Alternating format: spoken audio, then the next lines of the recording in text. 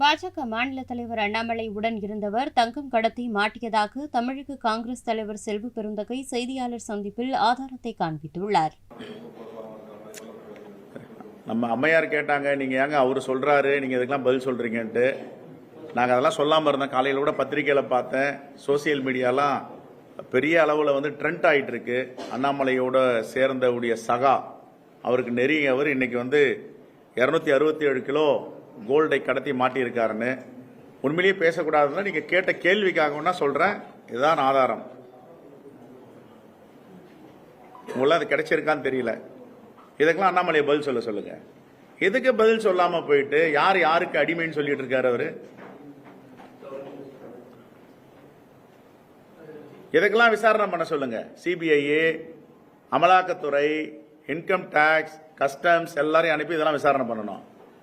எங்களை போயிட்டு மிரட்டிக்கின்னு நான் வழக்க போடுவேன், தூசி தட்டி எழுப்ப நாங்கள் தான் தயாரா இருக்கோம். வீடெல்லாம் திறந்து வச்சிருங்க, போனாலும் வாங்க. தவறு செஞ்சு தான் எடுத்துட்டு போங்க. கொள்ளையடித்த மணி, ஊழல் மணி, எல்லா மாநிலங்களும் ஆளுங்கட்சியில் இருந்த மணி எல்லாம் இருக்கும், வாங்க எடுத்துட்டு போங்க. எங்ககிட்ட ஒண்ணுமே கிடையாது. எங்ககிட்ட இருந்த 130 கோடி ஒரு தொண்டனும் கொடுத்த பணத்தை முடக்கினீங்க அரசியல்ல. தமிழ்நாடு காங்கிரஸ் கமிட்டிக்கு எப்பவுமே செலவுக்கு பணம் கொடுப்பாங்க, எல்லா தேர்தலையும் 1 லட்சம் 2 லட்சம், அது கூட நிறுத்திட்டாங்க. எங்க தோழர்கள், எங்க தொண்டர்கள் எல்லோரும் கையேந்தி வசூல் செய்து இந்த தேர்தலை நடத்தி இருக்கிறார்கள். இதற்கெல்லாம் பதில் சொல்லுங்க. இதை இங்கெல்லாம் அனுப்ப சொல்லுங்க. இடி, இன்கம் டாக்ஸ், சிபிஐ எல்லாரும் இங்க அனுப்ப சொல்லுங்க. இதுக்கெல்லாம் வாய் திறக்க மாட்டாங்களா யாரும்? இதே மாதிரி தென்சென்னையில ஒரு தொகுதிக்கு 15 கோடி மேலிட்டு பிஜேபி கொடுத்திருக்காங்க.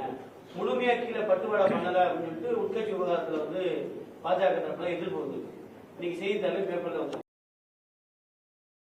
செய்திகளை உள்ளது உள்ளபடி தெரிந்து கொள்ள ரெஃப்ளெக்ட் நியூஸை சப்ஸ்கிரைப் பண்ணுங்க.